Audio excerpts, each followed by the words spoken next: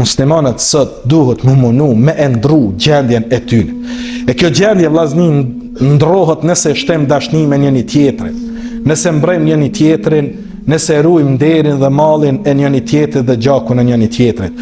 Prandaj tha Allahu Teala në Kur'an, mos shpiononi, mos përgojoni, mos bëni gibet njëri tjetrit.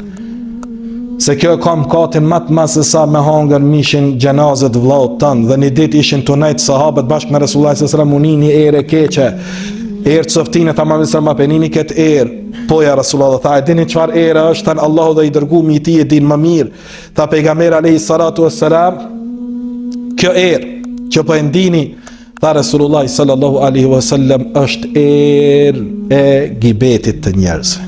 Allahi ato fjalë i shëndroj në erë për me e një se që kanë ba.